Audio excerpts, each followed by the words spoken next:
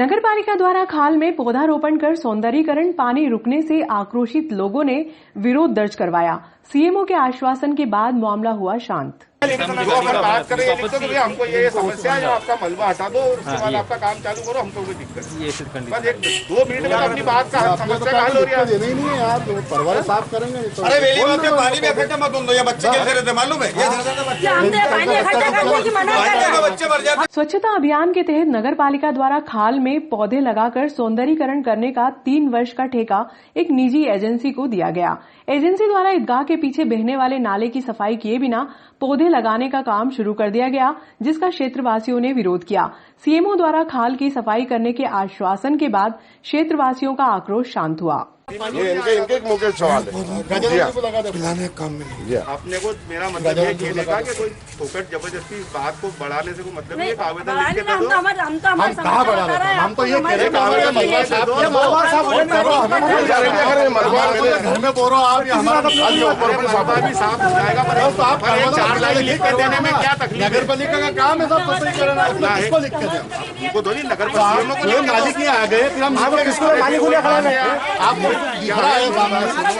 कागज चढ़ाने के। निचली बस्ती में बहने वाली खाल को प्रतिवर्ष बारिश के पूर्व नगरपालिका द्वारा सफाई किया जाता है। उसी खाल में गार्डन बनाया जा रहा है, जिसको लेकर गुरुवार को क्षेत्रवासियों ने नगरपालिका अधिकारियों के समक्ष विरोध दर्ज कराया। मामले की जानकारी लगते ही सीएमओ मोहम्मद अशफाक खान, इंजीनियर शाहिद मिर्जा, अजीत तिवारी मौके पर पहुंचे, जिन्हें क्षेत्रवासियों के विरोध का सामना भी करना पड़ा। सीएमओ ने पुलिस में एफआईआर दर्ज कराने की बात कही तो क्षेत्रवासियों ने काम न करने की चेतावनी दे डाली। क्षेत्रवासियों का कहना है कि बारिश के दिनों में पानी घरों में घुस जाता है, ऐसे में नगरपालिका द्वारा खाल में पौधे लगा दिए जाएंगे तो पानी की निकासी नहीं होगी। जिस एजेंसी को पौधारोपण करने का ठेका दिया गया है, उसने भी बिना सफाई के काम शुरू कर दिया। रमेश प्रजापत व रशीद खान ने संयुक्त रूप से बताया कि पहले भी पानी शुद्धिकरण के नाम पर खाल में स्टॉप डैम बना दिए गए थे, जिसमें पानी रुकने के कारण रहवासियों को दुर्गंध व गंदगी का सामना करना पड़ा था। आखिरकार नगरपालिका को स्टॉप डैम तोड़ना पड़ा। अब स्वच्छता के नाम पर खाल में पौधा रोपण किया जा रहा है। देखरेख के अभाव में रहवासियों को विपरीत परिस्थितियों का सामना करना पड़ सकता है। सीएमओ खान ने बताया कि जिस एजेंसी को ठेका दिया गया है, उसके द्वारा 3 वर्षों से पेड़ पौधों की देखरेख की जाएगी। नाले में बहने वाले पानी को संग्रहित कर सिंचाई के रूप में उपयोग किया जाएगा। खाल में से आने जाने का रास्ता बाधित न हो, इसके लिए नगरपालिका द्वारा अस्थायी रास्ते का निर्माण भी किया जाएगा। वहीं शुक्रवार की सुबह से खाल की सफाई के लिए जेसीबी चलाई जाएगी। सीएमओ के आश्वासन के बाद क्षेत्रवासियों का आक्रोश शांत हुआ। क्या लाभ हो रहा है आपको? ये है कि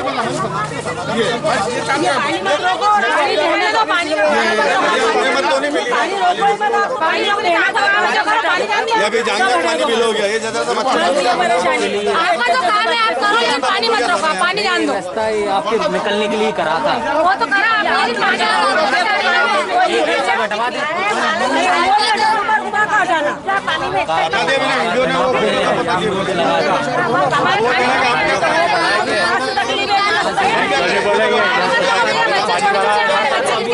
कोई नहीं आता, हमारे खाने पीने की भी दिक्कत आ जाती है इस पानी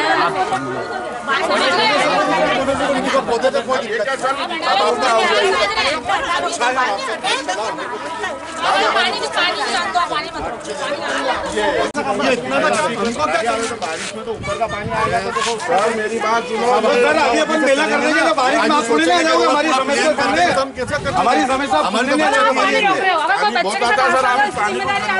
खाना समझ रहा छोटे बच्चों को पानी नदी है सर, वो सब खाना है तो बाहर भी पानी आता है। गार्डन सर पानी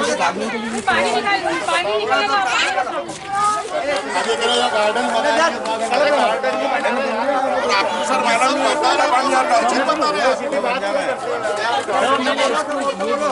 आप वाइट बता दें, आपको न्यूज पे वाइट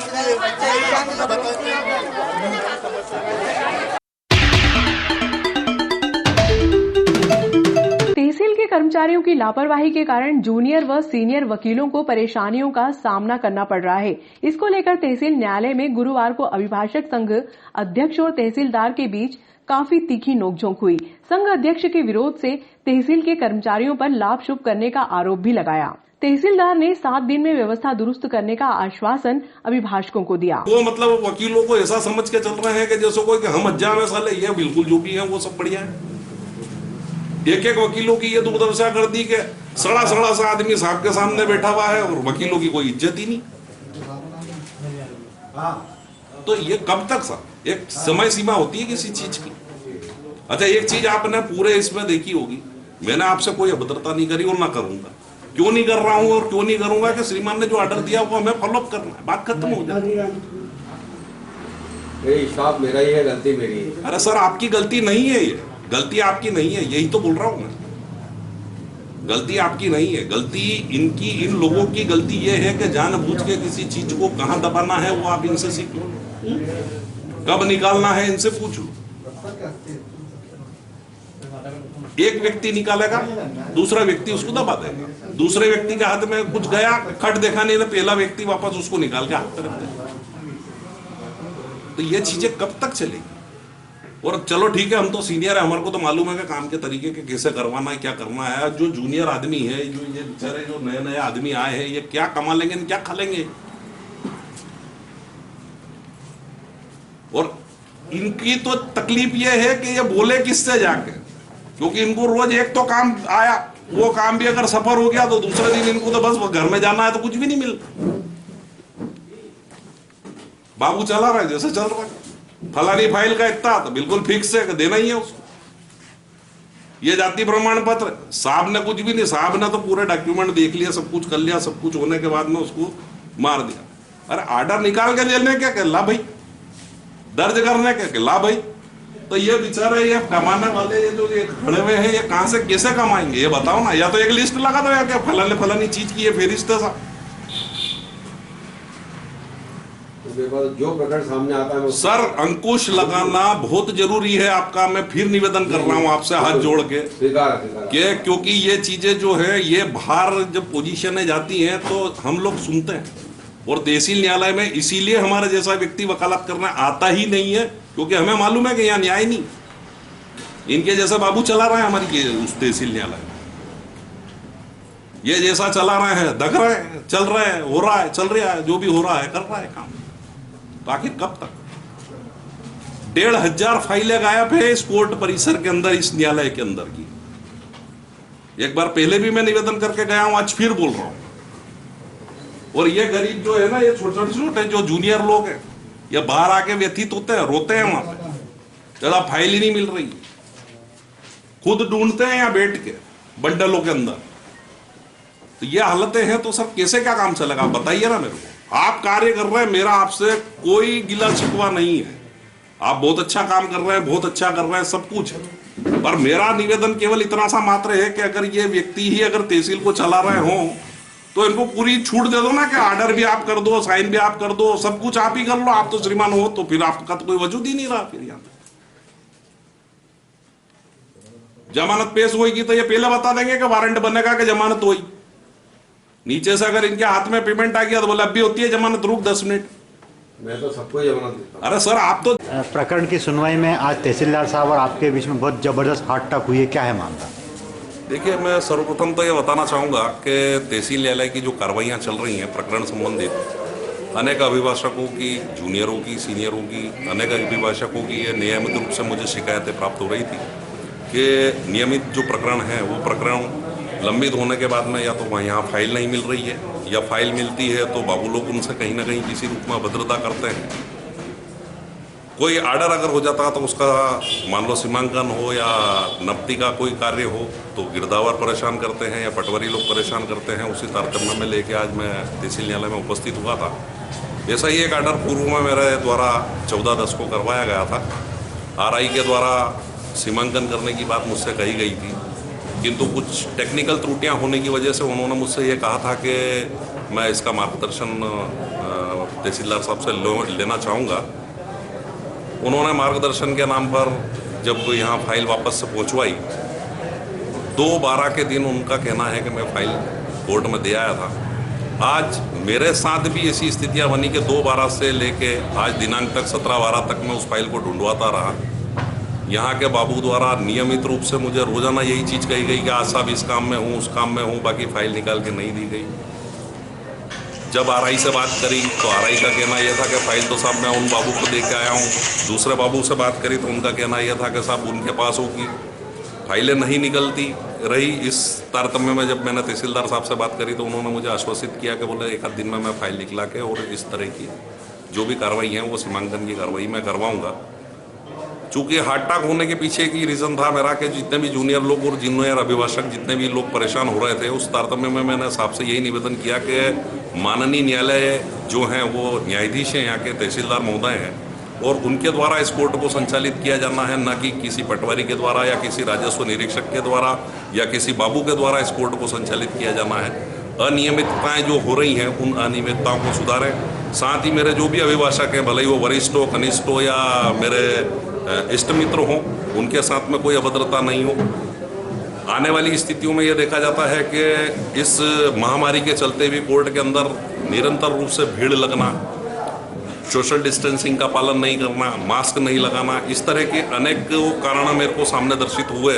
तो आज मैंने तहसीलदार साहब से इस संबंध में भी चर्चा करी और मेरे प्रकरण के संबंध में भी चर्चा करी, और उन्होंने मुझे आश्वस्त किया है कि आपके अभिभाषकों के साथ में जो फाइलों की समस्या है उनके साथ में या हो रही अनियमितताओं के संबंध में आगे से कोई ऐसी कार्रवाई नहीं होगी, और जो भी होगा उसके लिए मैं स्वयं जिम्मेदार रहूँगा या मैं उन चीज़ों को सुधारने का पूर्ण जो प्रयास करूँगा। देखते हैं अगर होता है 8 दिन में, अगर ये सुधार व्यवस्था सुचारू रूप से अगर पुनः चालू होती है तब तो हम उनका तहसीलदार साहब का बहुत बहुत धन्यवाद मानेंगे। अन्यथा इसके लिए आगे बढ़ के एसडीएम साहब से चर्चा करेंगे, कलेक्टर साहब से चर्चा करेंगे, या जो अनियमितता हो रही है उसके संबंध में ऊपर अवगत करवाएंगे। इससे मैं आपको ये बताना चाहूँगा कि नागदा नगर के अंदर जो क्षेत्र हैं उसमें कई लोगों की ऐसी शिकायतें आ रही हैं। अभी भी मेरे प्रयास में 2-3 दिन पूर्व एक महिला आई थी जो महिला आंगनवाड़ी से थी और उनके पोती नामांतरण के संबंध में वो किसी पटवारी के पास गई थी। मैं उनका नाम ओपन नहीं करना चाहूँगा। जिस पटवारी साहब ने उनसे अभद्रता करी और अभद्रता करने के साथ में उनसे 10,000 रुपये की डिमांड करी और ये कहा कि अगर तुम्हारे में जोर हो तो ये करवा लेना, बिना पैसे के आपका कोई काम नहीं होना है। उस संबंध में भी वो महिला मेरे से आके मिली थी। किसी मित्र ने ये बोला कि आप अध्यक्ष महोदय को ऐसा जाके उनको जानकारी दो। पर मेरा निवेदन यही है कि ऐसे व्यक्ति जो आज हमारा जैसा व्यक्ति अगर किसी कार्य के लिए अगर इतना सफ़र कर रहा है तो उन गरीब पक्षकारों के साथ में क्या न्याय वाली स्थितियां बन रही होगी वो समझ से परे है। और मुझे नहीं लगता कि इधर तहसील न्यायालय में कोई भी जो कार्य हो रहा है वो बिना पैसे के कोई पटवारी कर रहा हो या गिरदावर कर रहा हो। Thank you. किसान बिल के समर्थन में भाजपा द्वारा संभाग और जिला स्तर पर किसान सम्मेलन आहूत करने के बाद शुक्रवार को गांव की चौपाल व पंचायत स्तर पर सम्मेलन का आयोजन किया जाएगा। इस संबंध में भाजपा प्रदेश कार्यकारिणी सदस्य डॉक्टर तेज बहादुर सिंह चौहान ने बताया कि शुक्रवार की दोपहर 12:30 बजे ऑनलाइन संबोधित करेंगे, जहां शहर में भाजपा कार्यकर्ता ऑनलाइन भाजपा के वरिष्ठ नेतृत्व में सुनेंगे। वहीं ग्रामीण क्षेत्रों में स्क्रीन पर भी किसानों को सुनने का मौका मिलेगा। कल 18 तारीख को पूरे मध्य प्रदेश में भारतीय जनता पार्टी प्रत्येक पंचायत स्तर पर एक कार्यक्रम का आयोजन करने जा रही है। इस कार्यक्रम के माध्यम से भारतीय जनता पार्टी के कार्यकर्ता एक स्थान पर एकत्रित होकर, चौपाल पर एकत्रित होकर, पंचायत पर एकत्रित होकर दोपहर में 1 बजे सीधे लाइव कार्यक्रम के साथ जुड़ने का काम करेंगे। गांव के लोगों को उस लाइव कार्यक्रम को दिखाने का काम करेंगे। इस लाइव कार्यक्रम में प्रदेश के हमारे यशस्वी प्रदेश के अध्यक्ष माननीय वीडी शर्मा जी, मध्य प्रदेश शासन के कृषि मंत्री माननीय कमल पटेल जी और मध्य प्रदेश के यशस्वी मुख्यमंत्री माननीय शिवराज सिंह जी सीधे किसानों को संबोधित करेंगे। अपने संबोधन में जहां वो किसान बिल के मामले में किसानों को जागरूक करने का काम करेंगे, वहीं विगत वर्ष अतिवृष्टि के कारण जो मध्य प्रदेश में किसानों की फसलें चौपट हुई थी और उनकी मुआवजा राशि उस समय की तात्कालिक सरकार कमलनाथ ने गपशप करने का काम किया। आज तक किसानों को वो मुआवजा राशि प्राप्त नहीं हुई थी। वो मुआवजा राशि की भी पहली किस्त 1600 करोड़ रुपया डालने का काम मध्य प्रदेश की सरकार कल एक क्लिक के साथ माननीय शिवराज सिंह जी करेंगे। और शिवराज सिंह जी के उद्बोधन के बाद हमारे देश के यशस्वी प्रधानमंत्री जी भी मध्य प्रदेश के तमाम किसानों को प्रत्येक पंचायत स्तर पर जो लाइव कार्यक्रम से जुड़े हुए होंगे उन सभी को संबोधित करके किसान बिल से संबंधित सारी उन बातों को किसानों के बीच में बताने का काम करेंगे जो उनके हितों के साथ जुड़े हुए हैं, जो उनके फायदे के साथ जुड़े हुए हैं और अकारण जो लोग विरोध पैदा करके व्यवधान पैदा करने का काम कर रहे हैं उस बात में लोगों को जनजागृत करने का काम करेंगे, किसानों को जागृत करने का काम करेंगे। अखिल भारतीय विद्यार्थी परिषद नागदा इकाई द्वारा आज छत्तीसगढ़ के कवर्धा में 25 नवंबर में हुई जनजाति छात्रा के साथ दुष्कर्म के मामले में प्रदर्शन किया। छत्तीसगढ़ भूपेश बघेल कांग्रेस सरकार में जनजाति समाज की बेटियां सुरक्षित नहीं हैं। दिनों दिन जिस प्रकार इस तरह के मामले छत्तीसगढ़ की कांग्रेस सरकार में बढ़ रहे हैं, इससे महिलाओं के प्रति सरकार की घृणित मानसिकता को दर्शाती है। एबीवीपी ने ये मांग करते हुए जनजाति छात्रा को न्याय मिल सके इसलिए छत्तीसगढ़ सरकार के विरोध में एबीवीपी नागदा द्वारा छत्तीसगढ़ सरकार का पुतला जलाया गया।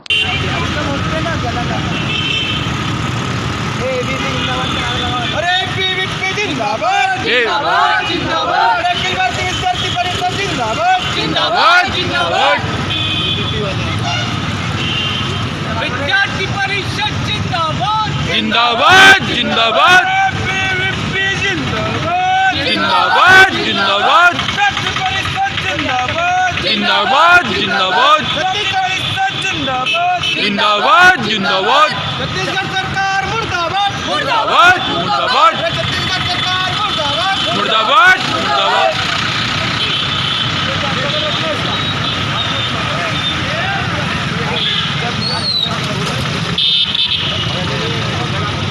राज्य में 1 जनवरी 2019 से 31 जनवरी 2020 तक राज्य में डकैती, लूट, हत्या, बलात्कार और अन्य अपराधों के 17,009 मामले दर्ज है। इसी दौरान राज्य में बलात्कार के 2,575 मामले दर्ज किए गए। राज्य के रायपुर जिले में सबसे अधिक 301 मामले, रायगढ़ जिले में 196 मामले, सरगुजा में 139 मामले, सूरजपुर में 132 मामले, जसपुर में 130 मामले।